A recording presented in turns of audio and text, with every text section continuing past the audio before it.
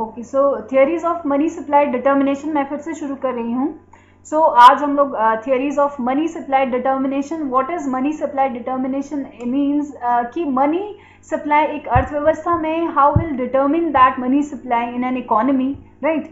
तो अभी तक हम लोगों ने सिर्फ मनी के बारे में पढ़ा. What is money, right. It's how it get evolve and the functions and classification and various types of money that is being used, right, from time in different time periods, right. So money supply है क्या? money supply है that the total stock of monetary media of exchange that is available to a society or economy for use in connection with the economic activities of the country. economic activities मतलब production, consumption, distribution and exchange. for that purpose जो भी media of exchange available है, monetary media of exchange available है, that is the that total stock is known as the money supply, right.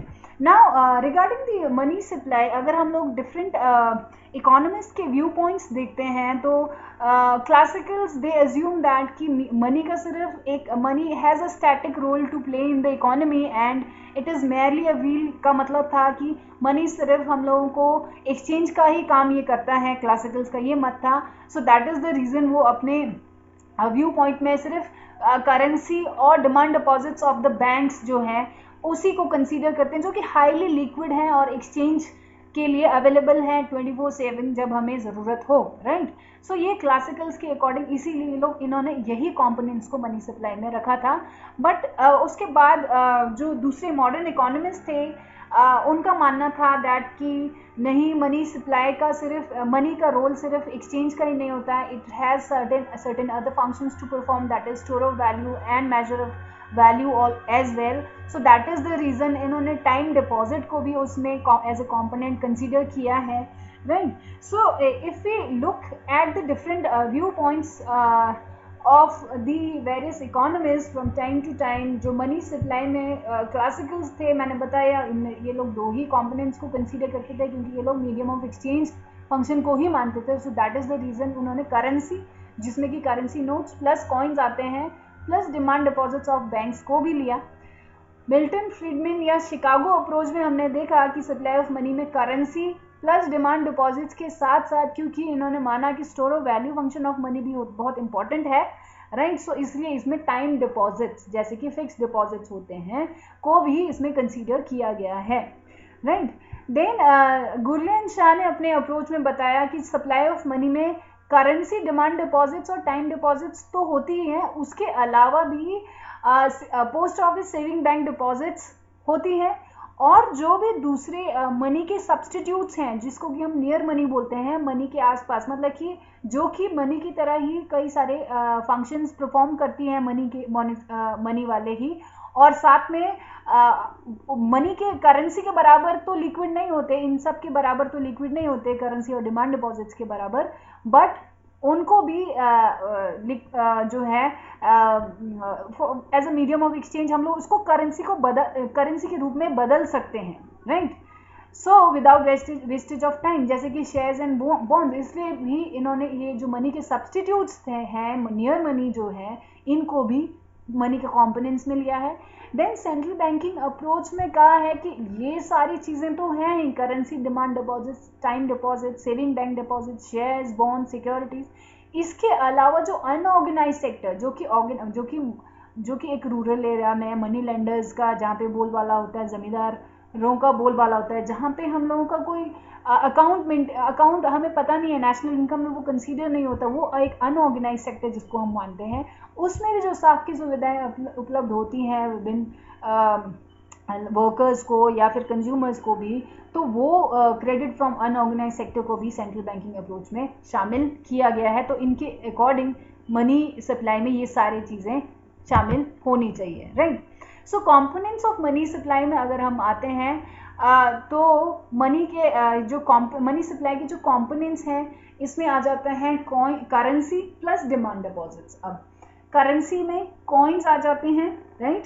Coins आपके जो silver coins या gold coins और दूसरे metal coins जो भी होते हैं, ब्रॉन्ज के कॉइन्स, वो सारे इसमें आ जाते हैं.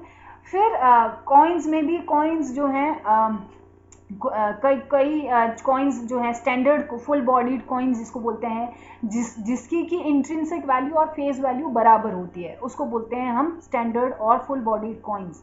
फिर टोकन कॉइन्स आती हैं जिसकी की फेस वैल्यू और इंट्रिंसिक वैल्यू सेम नहीं होती है, मतलब फेस वैल्यू ज़्यादा होती है, इंट्रिंसिक एक्चुअल वैल्यू उसकी कम होती है as compare to the face value. So उसको हम लोग टोकन कॉइन्स बोलते हैं। फिर करेंसी नोट्स जो डिफरेंट डिनोमिनेशंस के करेंसी नोट, जैसे कि अभी है हमारे पास 1000 रुपये के, 2000 रुपये के, 10 रुपये के, 5 रुपये के, जो भी नोट्स हैं डिफरेंट डिनोमिनेशंस के, वो करेंसी नोट्स हैं। अब ये भी अलग अलग सिस्टम में अलग अलग तरह से प्रिवेल करते हैं करेंसी नोट्स भी। कहीं पे रिप्रेजेंटेटिव पेपर मनी सिस्टम होता है जहाँ पे कि वो जो जितना भी पैसा छापा जा रहा है वो फुली बैक्ड होता है बाय द प्रीशियस मेटल्स, है ना, गोल्ड रिजर्व के रूप में, सिल्वर रिजर्व के रूप में, उतने ही बैकिंग उसकी रखी जाती है, तो वो रिप्रेजेंटेटिव पेपर मनी बोला जाता है उसको। फिर करेंसी नोट्स जो है प्रोपोर्शनल मेथड में कुछ परसेंटेज ऑफ पेपर मनी जो है उसकी बैकिंग होती है, बाकी ऐसे ही छाप दिया जाता है, राइट। फिर एक मिनिमम रिजर्व सिस्टम के अंदर एक मिनिमम रिजर्व जो है प्रेशियस मेटल्स और फॉरेन एक्सचेंज का मेंटेन किया जाता है, उसके बाद जितना मर्जी करेंसी नोट्स गवर्नमेंट छाप सकती है, राइट। तो अलग अलग सिस्टम में ये करेंसी नोट्स अलग तरह से छापे जाते हैं। फिर इनकन्वर्टिबल पेपर मनी और कन्वर्टिबल पेपर मनी सिस्टम होता है, राइट। सो वो सारा हम लोग पहले भी डिस्कस कर चुके हैं।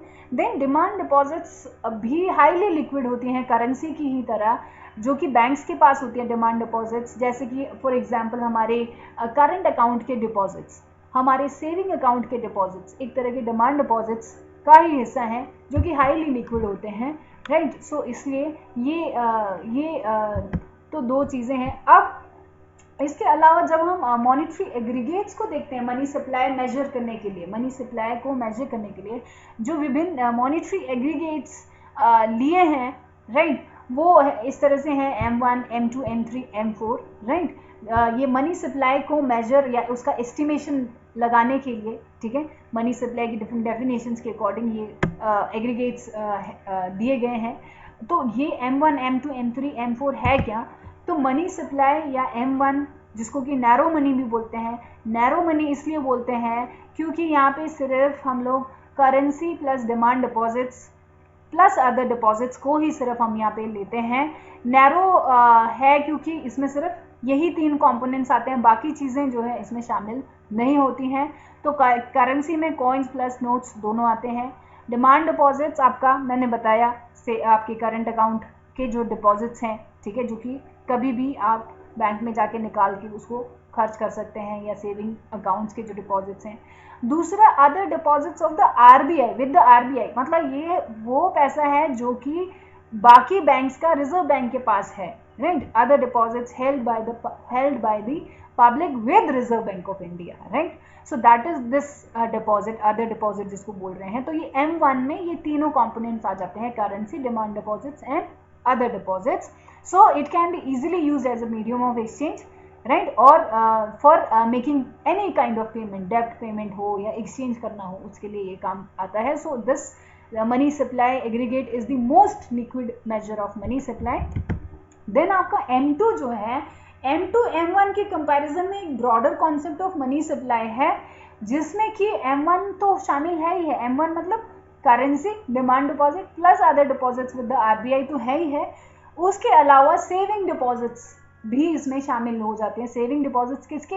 With the post office saving banks के पास, है ना, saving deposits with the post office saving banks भी इसमें शामिल हो जाते हैं।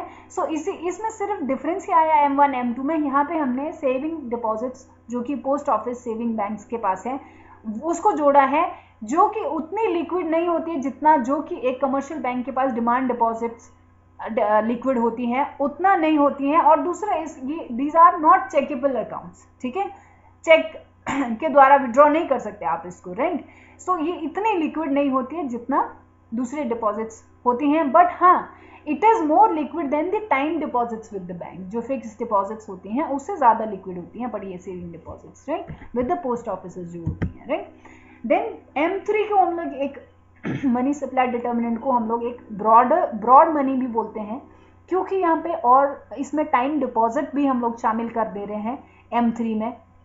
M1 है currency demand deposits, other deposits with the RBI, plus इसमें जो तीसरी चीज जुड़ी है that is time deposits with the banks, ठीक है, जो कि कमर्शियल बैंक्स के पास फिक्स डिपॉजिट्स हैं या रिकरिंग डिपॉजिट्स हैं, ये सारे आपके ये सारी भी इस M3 में शामिल हो जाता है. So that is the reason इसको एक ब्रॉड मनी डिटर्मिनेंट या ब्रॉड मनी भी हम इसको बोलते हैं, राइट. सो यहाँ पे ये जो टाइम डिपॉजिट्स जो है store of value function of money को तो दिखा ही रही हैं, ठीक है, जो लोगों and these are not very liquid, but हाँ इसको एक चेक के द्वारा लोग विड्रॉ कर सकते हैं, राइट, और ट्रांजेक्शन पर्पस के लिए भी इसको यूज कर सकते हैं, but yes they have to forgo the interest then, right. जो इंटरेस्ट अर्न किया है वो अगर एक समय से आप पहले निकालेंगे तो फिर आपको वो भी भरपाई भी करनी पड़ती है, रेट ऑफ इंटरेस्ट जो है का लॉस थोड़ा सा सफ़र इसमें करना पड़ता है. सो ये है इसकी,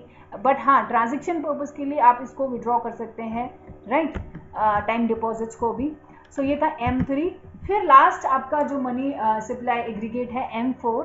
अब M4 में और भी ब्रॉडर कॉन्सेप्ट है ये as compare to all the 3 other measures, ठीक है. M4 में मनी सप्लाई में क्या क्या आ जाता है, M3 आ जाता है, मतलब कि M1 प्लस टाइम डिपॉजिट्स तो आया ही, साथ में M2 जो था that is total deposit with the post office saving banks या सेविंग ऑर्गेनाइजेशंस, वो भी इसमें शामिल हो जाती हैं. Total deposits with the post office saving organisation भी इसमें शामिल हो जाती हैं M4 में M3 के साथ. तो यहाँ पे आपका currency demand deposits, other deposits of RBI, time deposits with the banks and total deposit with the post office saving organisation शामिल हो जाता है. सो ये है आपका 4 different aggregates of money supply और मॉनेटरी सप्लाई, राइट. सो ये है आपके यहाँ पे देखिए, यहाँ पे भी ये कंपोनेंट्स लिखे हुए हैं. M1 में आपका इसको समराइज किया है मनी सप्लाई मेजर्स को. M1 currency demand deposits, other deposits of RBI. M2 में M1 that means these 3 components plus saving deposits with post office saving banks. Then M3 में again M1 currency demand deposits and other deposits plus time deposits with the banks. And M4 में आपका M3 that is currency demand deposits and other deposits plus time deposits plus total deposits of post office saving organizations को इसमें शामिल किया गया है. यहाँ पे क्या लिखा हुआ है, excluding national saving certificate. national saving certificate को exclude करके बाकी जो deposits हैं उसको यहाँ पे M4 में शामिल किया गया है, राइट. All right. इसके बाद है मनी सप्लाई को डिटर्मिन करने वाले कौन कौन से फैक्टर्स होते हैं. मनी सप्लाई को डिटर्मिन करने के लिए जो फैक्टर्स होते हैं वो होते हैं size of monetary base, proportion of cash and demand deposits and velocity of circulation. अब ये होते क्या हैं, ये होते हैं आपके साइज ऑफ मॉनेटरी बेस, मतलब कि आपका इसमें ये 2 चीज़ें शामिल है, गोल्ड स्टॉक और reserve assets of the central bank, right. Now monetary base मतलब total banking it is consisting of total banking reserve and currency held by the public, right. That is monetary base which is consisting of total banking reserves and currency held by the public जो है that is the monetary base. That means supply of available funds जो कि central bank के द्वारा as a reserve use किया जाता है, right. ये किस पे डिपेंड करता है, ये 2 चीज़ों पे डिपेंड करता है, दैट इज गोल्ड स्टॉक और reserve assets of the central bank पे, ठीक है. अब सेंट्रल बैंक के पास कितना आपके पास गोल्ड का स्टॉक है, ठीक है, जैसे कि गोल्ड स्टैंडर्ड या मैंने बोला ना रिप्रेजेंटेटिव पेपर मनी अगर होता है तो फुली बैक्ड होता है, वो फुली प्रेशियस मेटल से बैक्ड होता है. मतलब सपोज 100 करोड़ का हमने नोट्स छापने हैं सेंट्रल बैंक ने, तो वो 100 करोड़ के बराबर ही वो अपने पास गोल्ड के रिजर्व या सिल्वर के रिजर्व अपने पास रखेगी, राइट. सो गोल्ड स्टॉक तय करती है कि कितना मनी सप्लाई होगा, एक तरह से एक सेंट्रल बैंक के द्वारा कितने पैसे वो छापेगी. So this is a cover against the currency issued by a central bank. Cover है ये उसके लिए कि हाँ हमारे पास इतनी बैकिंग है तो इसके बिहाफ पे हम लोग इतना पैसा हम लोग छाप रहे हैं, राइट, इकोनॉमी में सर्कुलेट करने के लिए. So it exclusively depends on the size of gold stock. Gold stock कितना है हमारे पास, तो पेपर स्टैंडर्ड में या गोल्ड रिजर्व जो है, बट हाँ अभी तो इस टाइम पीरियड में जहाँ पे हम लोग मिनिमम रिजर्व सिस्टम या पेपर स्टैंडर्ड जो अडॉप्ट कर रहे हैं, यहाँ पे गोल्ड स्टॉक का इतना महत्व नहीं है, बट जहाँ पे रिप्रेजेंटेटिव पेपर मनी सिस्टम था उस टाइम पे हम लोग यहाँ पे, या फिर फुल बॉडी स्टैंडर्ड कॉइन चलती थी उस टाइम पे हम लोग गोल्ड स्टॉक रखते थे, राइट। गोल्ड की paper currency full representative paper money system में 100% रिप्रेजेंटेटिव होता था वो पैसा जो भी छापा जाता था, क्योंकि उतना ही % हम लोगों को गोल्ड के असेट्स रखने पड़ते थे, गोल्ड का स्टॉक अपने पास रखना पड़ता था, उस प्रेशियस मेटल का स्टॉक सेंट्रल बैंक को, राइट, एज अ रिजर्व। उसके बेसिस पे वो करेंसी नोट्स आगे सर्कुलेट करती है या छापती है, right. Then there are reserve assets of the central bank, जो सेंट्रल बैंक के पास in the form of security कुछ असेट्स वो मेंटेन करती है अपने पास, ठीक है। उन रिजर्व्स वो असेट्स हो सकते हैं गवर्नमेंट की securities, government bonds, debentures, treasury bills etcetera होते हैं। सो उनके आधार पे, उन असेट्स के आधार पे भी गवर्नमेंट जो है पैसे आगे छापती है, जिससे कि money supply in the economy increase होता है, right. So this is how government creates money on the basis of these assets as well, right, reserve assets इसको बोलते हैं। सो ये दोनों जो है ये मॉनिटरी बेस एक गवर्नमेंट की या एक सेंट्रल बैंक की होती है, जिसके बेसिस पे करेंसी आगे इशू किया जाता है, राइट।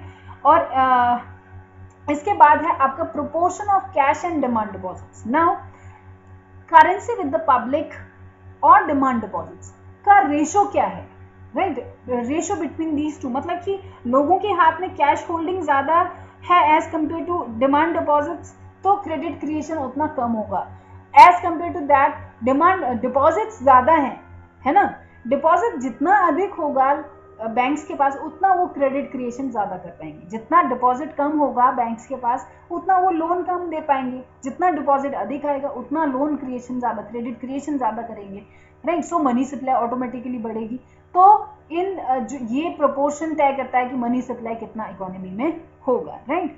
देन तीसरा आपको वेलोसिटी ऑफ सर्कुलेशन। वेलोसिटी होती है कि एक वेलोसिटी ऑफ मनी का मतलब होता है कि एक मुद्रा की यूनिट, एक इकाई मुद्रा की कितने हाथों में घूमती है, ठीक है। इसीलिए हम लोग जब मनी सप्लाई बोलते हैं तो फ्लो कॉन्सेप्ट को लेते हैं। एक होता है स्टॉक कॉन्सेप्ट, एक होता है फ्लो कॉन्सेप्ट। स्टॉक मतलब एक दिए हुए समय में अभी मेरे पास कितना कैश पड़ा है, that is stock.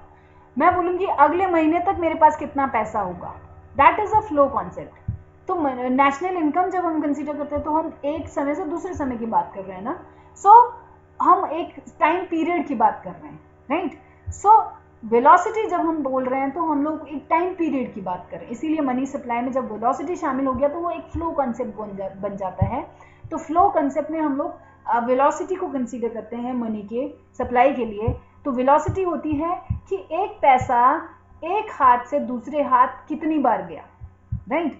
So that is the velocity of money, कि मतलब ये जो मनी है एक हाथ से दूसरे हाथ, सपोज आज मेरे पास 10 रुपए है, वो 10 रुपए मैंने एक शॉप में जाके पेन लिया, उस शॉपकीपर ने आगे दूसरी शॉप में जाके उससे 10 रुपए की नोटबुक ले ली, उस दूसरे शॉपकीपर ने तीसरे के पास और चौथे के पास, इस तरह से वो एक दिन में 5 जगह सर्कुलेट हुई वो 10 रुपए का note. That means velocity of circulation कितनी थी, 5। सो मनी सप्लाई जब हम कंसीडर करेंगे 10 गुना 5 विल बी दैट 10 रुपीज का unit will serve as the ₹50 का पर्पस वो सॉल्व कर रहा है। तो मतलब कि वेलोसिटी ज्यादा होने की वजह से मनी सप्लाई 10 की जगह पे 50 होगी, राइट। सो फ्लो कॉन्सेप्ट में जब हम वेलोसिटी को कंसीडर कर रहे हैं तो वो मनी सप्लाई को भी बढ़ा देती है। सो वही मैंने यहाँ पे लिखा है कि वेलोसिटी ऑफ सर्कुलेशन जो है हम लोग 2 फैक्टर्स कंसीडर करते हैं वेलोसिटी की बात जब हम कर रहे हैं। तो supply of money at a point of time, तो यहाँ पे velocity 0। Supply of money in a period of time, तो वेलोसिटी जितनी है कितने हाथों में वो एक्सचेंज हो गया, वो इसको हम लोग यहाँ पे कंसीडर करते हैं। तो वेलोसिटी ये है वेलोसिटी, राइट। अब वेलोसिटी को भी अफेक्ट करने वाले बहुत सारी चीज़ें होती है, like quantity of money. Quantity of money जितना कम अवेलेबल होगा उतना लोग उसी मनी को बार बार एक्सचेंज करेंगे, तो उतना वेलोसिटी अधिक होता है, राइट। जितना कैश ट्रांजेक्शन, मतलब कि क्रेडिट कार्ड से नहीं, डेबिट कार्ड से नहीं, या चेक से नहीं, डिमांड ड्राफ्ट से नहीं, पेमेंट जो है कैश के माध्यम से हो रहा है, तो उतना वेलोसिटी अधिक होगा। जितना लोगों की प्रोपेंसिटी टू कंज्यूम अधिक होगी, मतलब कि अपनी इनकम का ज़्यादा से ज़्यादा भाग वो खर्च कर रहे हैं, तो अगेन वेलोसिटी उतनी ही ज़्यादा होगी। जितना क्रेडिट की सुविधाएं कम होगी, उतना ही वेलोसिटी ऑफ सर्कुलेशन फिर से ज़्यादा होगा, राइट। दूसरा, लिक्विडिटी प्रेफरेंस लोगों की कैसी है, लोग क्या वेल्थ को अपने मनी लिक्विड फॉर्म में, मतलब कैश के फॉर्म में रखना चाहते हैं अपने पास, तो लिक्विडिटी जो वेलोसिटी है कम हो जाएगी। अगर लिक्विडिटी प्रेफरेंस कम है, लोग बोलते हैं नहीं, तो उतना ही ज़्यादा वेलोसिटी अधिक होगी, राइट। फिर पेमेंट का पीरियड कैसा है, आज के आज पे करना है या आप नंबर ऑफ टाइम में पे कर सकते हो, राइट। कि आप ऐसे आप बोलेंगे कि हाँ आप ठीक है, आप मेरे को क्वार्टरली दे देना या हाफ ईयरली दे देना, तो उतना सर्कुलेशन ज़्यादा होगा। एक बारी में बोलेंगे आज के आज पेमेंट चाहिए, तो वो फिर वेलोसिटी कम हो जाती है, राइट। देन वेजेस का पेमेंट किस रूप में होता है, काइंड के रूप में होता है, कैश के रूप में होता है। फिर मनी का मार्केट का एक्सटेंशन कितना है, मार्केट छोटी सी है या बड़ी है, बहुत एक्सपेंडेड मार्केट है, तो ऑब्वियसली सर्कुलेशन ऑफ मनी उतना ही ज़्यादा होगा, वेलोसिटी उतनी ही ज़्यादा होगी, राइट। ट्रेड जितना अधिक होगा उतना ही वेलोसिटी ज़्यादा होगी। आर्थिक विकास की दर बहुत अचीव की होगी, तो उतना ही velocity of circulation. Again under developed countries में जैसे कि